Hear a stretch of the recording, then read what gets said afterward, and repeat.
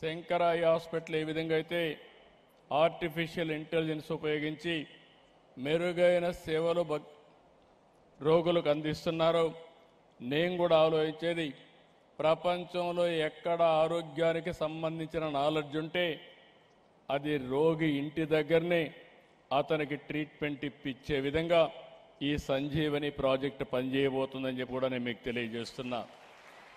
ఈ రాష్ట్రంలో ఉండే 5 కోట్ల మంది ప్రజల యొక్క హెల్త్ రికార్డ్స్ అన్నీ ఆన్లైన్లో పెట్టి డిజిటలైజ్ చేసి హాస్పిటల్స్ కానీ అదే మాదిరిగా ఎవరైతే ప్రాక్టీషనర్స్ ఉంటారో ఏఎన్ఎం వరకు ఆన్లైన్లో ఉంటారు. బిల్ గేట్స్ సహకారంలో వాడు ఫౌండేషన్ ద్వారా ప్రపంచంలో ఉండే నాలెడ్జ్ కానీ టెక్నాలజీ వాళ్ళు తీసుకొస్తారు. ఇప్పటికే ఒక పైలట్ ప్రాజెక్ట్ జరుగుతూ ఉంది. ఈ ప్రాజెక్టు కానీ వస్తే రాబోయే రోజుల్లో ప్రపంచానికి ఆరోగ్య విషయంలో ఆంధ్రప్రదేశ్ ఒక మోడల్గా తయారవుతుంది.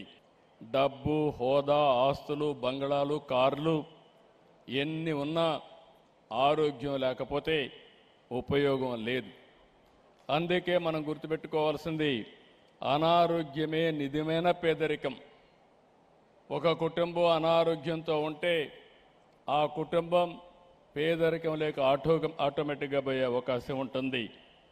అలాంటి సమయంలో ఈరోజు మీరు ఒక్కసారి చూస్తే ప్రజా ఆరోగ్యాన్ని కాపాడడానికి శంకర్ హాస్పిటల్ చేస్తున్న సేవల్ని మనస్ఫూర్తిగా అభినందిస్తున్నా. వారికి ఒకటే హామీ ఇస్తున్నా, వారు చేసే సేవా కార్యక్రమంలో తప్పకుండా ఈ ప్రభుత్వం ముందుంటాం, అన్ని విధాలా సహకరిస్తామని స్వామి గారికి నేను హామీ